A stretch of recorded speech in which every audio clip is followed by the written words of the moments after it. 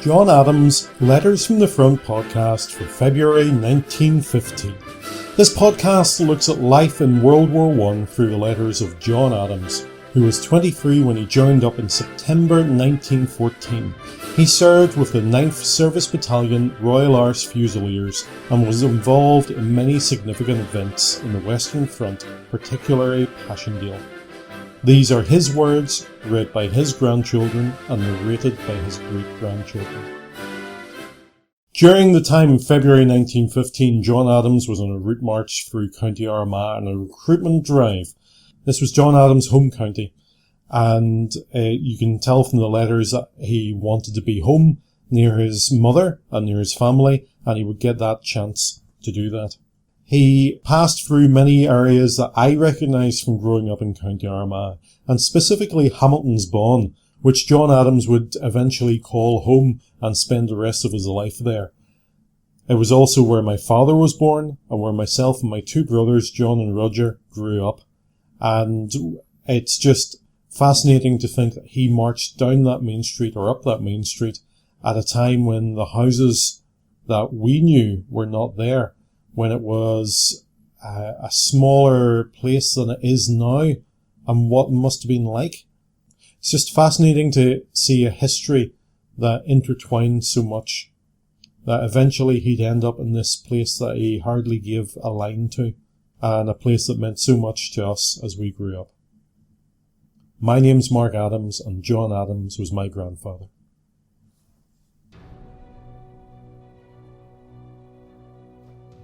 By 1915, the war in Europe was becoming bogged down in trench warfare. The regular army was at a standstill, and Kitchener's volunteers were still some time away from finishing training and being deployed. The need for recruitment was still high. John Adams was part of a recruiting party of 220 men, led by Colonel Fitzgerald, who marched through Armagh. Starting in Armagh City, they were received well wherever they went. The letters home and personal notes from John Adams show the route they took and the reception they received. At each town there was a rally where political speeches were made by local dignitaries, not just anti-German but anti-Home Rule, promising sacrifice in Europe would settle the Home Rule question. A resolution was made that showed where the Ulster Unionists came from, but kept to the aim of the recruitment drive. That we, the men of F Company, 1st Battalion, County Armagh Regiment of the UVF, hereby extend a hearty welcome to the men of the 9th Battalion RIF, our former brothers in arms, now amongst us, and recognising the danger that threatens our country, pledge yourselves to the service by enlisting in the Ulster Division of Lord Kitchener's army. From Armagh, the march took them to Rich Hill and through Hamilton's Bawn. This is where John Adams would eventually spend his life, possibly marching past the spot where his own son would be born. They continued to Keady, Newtown, Hamilton, and onward to Bessbrook as the days passed, staying with families at each stop. But as Bessbrook was so close to home and it was the weekend, John Adams stayed at home in Lissadane and went to Bessbrook Church on Sunday. Leaving Bessbrook on the Monday, the company headed for points past Market Hill, Candragee, and then to Portadown, where they entrained for Belfast. The recruitment drive was not as successful as was hoped, partly due to the need for labour in rural areas, in farming and other industries.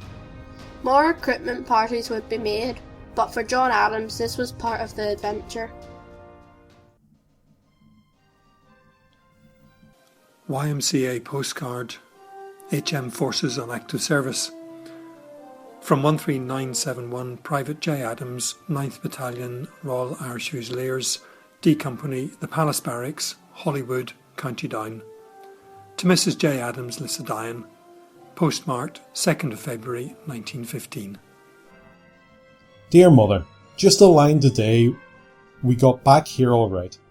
I was not down seeing Jeannie yet, nor will hardly see her tonight, as we were for a night attack, but I will go down to see her before we leave on Thursday. It will be Sunday before we get the length of Bessbrook, but I think we will have time to go home on that day. I think this is all for now. I remain your loving son, J. Adams. You need not write again until you hear from me, for I do not know when we will be shifted. From personal notes, Friday the 5th of February. In train to Lurgan, Portadown had midday meal, Loughgall Road to Red Lion Diamond, over Cockhill to Birches.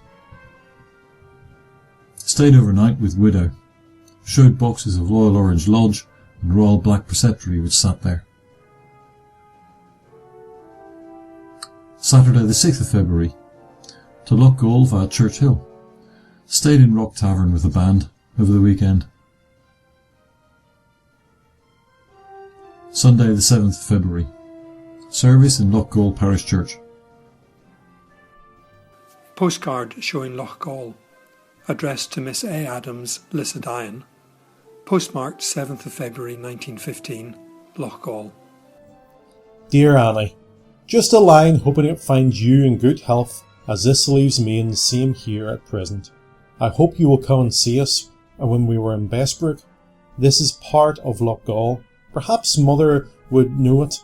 I remain your loving bro, J. Adams. From personal notes, Monday the 8th and Tuesday the 9th of February, Armagh City. Wednesday the 10th of February. Afternoon, marched to Rich Hill via Hamiltonsbawn. Stayed in the home of William McNally. Thursday the 11th of February. From Rich Hill via Portadown Road via Armagh, Killilay to Tynan Village. Stayed at the home of Robert Slater. Friday the 12th of February. From Tynan via Cady to Newton Hamilton. Stayed at the home of Messrs Fallow. Saturday the 13th of February. Men Newton Hamilton Road via Baleek to Bessbrook. Weekend at home. Sunday the 14th of February. Service in Bessbrook Church. Monday the 15th of February. From Bessbrook to Points Pass via Doctors Hill and Drumbanagher Castle. Stayed at the home of J.B. Small. Tuesday the 16th of February. From Points Pass to Market Hill via Tyrone's Ditches in Glenanne. Stayed at the Reverend Moore's Manse. Wednesday the 17th of February. From Market Hill to Tandragee via Clare, Laurelville. Stayed at the Main Street at the home of some dressmakers. Dear Mother, just a line hoping it finds yous all in good health at home, as this leaves me in the same here at present. I received 4 letters and a parcel all right. Many thanks for the shirt, it is all right. I'm glad that you have got some word about the money, as it never will come out of mine. You were kept a long while out of it. You need not be uneasy about me at all, as I am fit to look after myself. You need not think because I said it was a bit rough that I had rued anything that I had done. I have not indeed. I would do the same thing tomorrow if I thought I would be any use. I see Jay nearly every night. She is doing all right. The weather is very wet, but what can you expect at this time of year? If it gets no worse, we will be all right. As a promotion Sam Moffat has got yet is not much. He is only a waiter in the sergeant mess, and that is not much. It is the first thing that will be his downfall, for he will be too near the drink. I think this is all, as the pen is very bad. I remain your loving son, J. Adams. From personal notes, Thursday the 18th of February, entrained at Portadown for Belfast. D Company, 9th Battalion Royal Irish Fusiliers, Palace Barracks, Holywood, 22nd of February 1915. Dear Mother, I'm sorry that I was so long in writing, but I had no time until now. We got back here on Thursday evening from Portadown. We had a fine time from we left Bessbrook. I suppose Annie and Jimmy got home all right. What did they think of the RAF? We got our dinner at Major Close's house that day. The best day of all was spent in Tandragee. It was the best night I ever spent. I was stopping in the house where Eva McElhenney is dressmaker, and she made a great deal of me more than any girl I met in the march. When I was leaving, she gave me a silk handkerchief, and she has since sent me 2 and 6 worth of figs. I think it was very nice of a strange girl that I may never meet again in the world, for we met so many in this world in which we live that it is very hard for one to mind them all. We are starting again on Thursday morning for County Monaghan for a week there. I will hardly be as good as the one we just left. I think this is all for now. Jenny is well and will write soon. I will write from Cavan to you. I remain your loving son, John Adams.